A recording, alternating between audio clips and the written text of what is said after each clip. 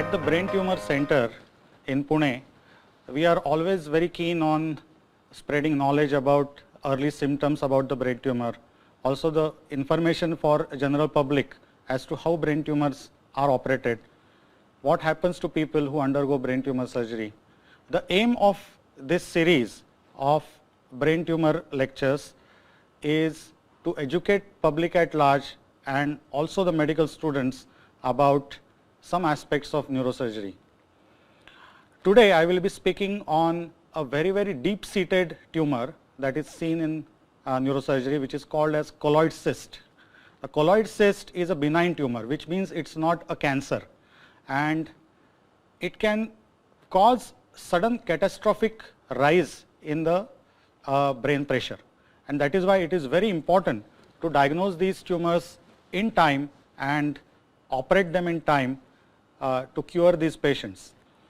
Colloid cysts are located in an area called as third ventricle, which lies in the path of CSF, that is the cerebrospinal fluid, a water-like fluid in the brain which actually bathes the brain and which flows from one compartment of the brain to another and then gets absorbed in blood.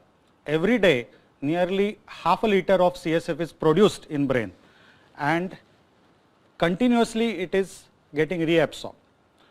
Colloid cyst is a tumor which occurs exactly in the path of movement of this fluid, that is cerebrospinal fluid, and that's why it can cause catastrophic obstruction to the flow of cerebrospinal fluid, causing sudden rise in the brain pressure. If this pressure is not released by slight movement of the colloid cyst, allowing some fluid to pass, the patient can become unconscious. And today I want to discuss a case or show you a case in which we got such a patient with very large hydrocephalus, that is ballooning of the ventricles. As you can see here, this is the tumor, a round tumor. You can see here it is actually a spherical tumor in 3 dimensions, and if you carefully see, this is a cavity called as lateral ventricle, and the cerebrospinal fluid flows from lateral ventricle through this foramen, which is called as foramen of Monro, into this slit-like cavity which is called as third ventricle. So this is a normal pathway of this fluid. What colloid cyst has done is it has obstructed this pathway from both the lateral ventricles, and so there is sudden dilatation of the lateral ventricle.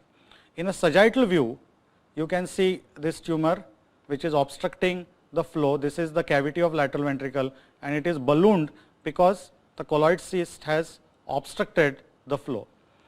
If you very carefully see in the MRI of the brain, this tumor is exactly at the center of the skull. If you consider skull as a sphere, then you will realize that this has occurred exactly at the center of the sphere. So which means that to operate, it is far away from the skull surface.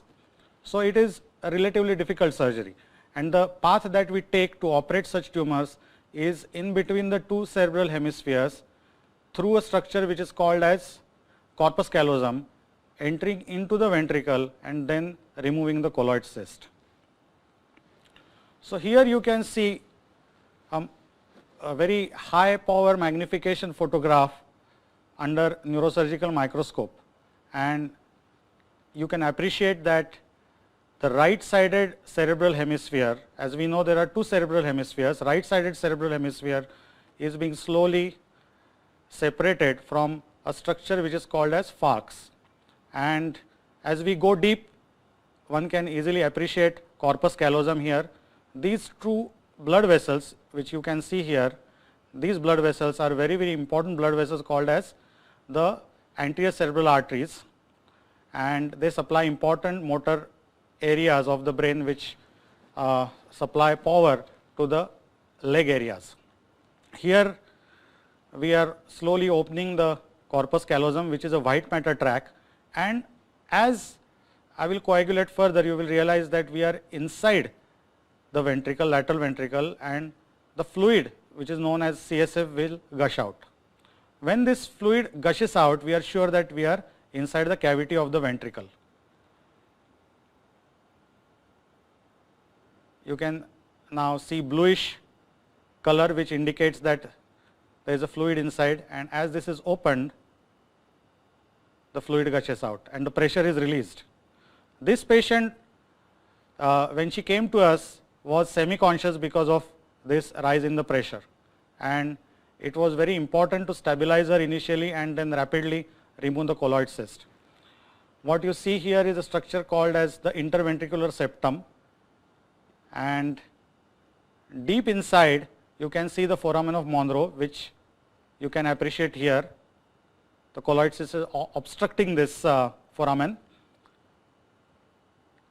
I am making an opening into the opposite lateral ventricle to drain it, to reduce the pressure, and then we will be able to easily approach the area of foramen of Monro, which lies very, very deep. Now, here you can see the foramen.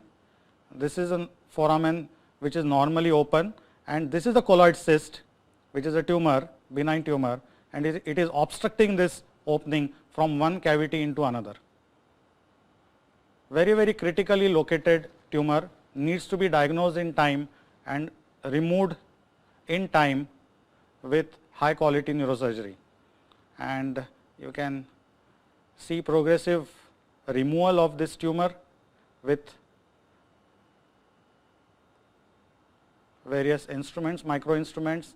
These tumors are filled with very thick yellowish fluid, and as we open the tumor, you can see this fluid coming out, thick yellowish fluid which fills these tumors. And progressively, with radiofrequency coagulation and microscopic dissection, this tumor is completely removed. These tumors, being benign, that is non-cancerous, are cured once they are completely removed. And if operated, diagnosed and operated in time, the life is saved and there is permanent cure. As you can see, this tumor is completely removed now, and this is the cavity of the third ventricle, which we see through lateral ventricle. This is the third ventricle. So, this was the foramen which was blocked because of the tumor. So, it was causing serious catastrophe, and luckily the patient reached to us in time and we could remove the tumor. So, this was how the surgery is performed, a microscopic surgery is performed for colloid cyst. And this is the patient few months after surgery, intact and normal. She was saved because of her timely arrival primarily, and then prompt diagnosis and accurate neurosurgery. So, this was short information about colloid cyst of the third ventricle which occurs in the brain. We will meet next time with information about some new brain tumor, its symptoms, its treatment and its potential for cure. Stay tuned. Thank you.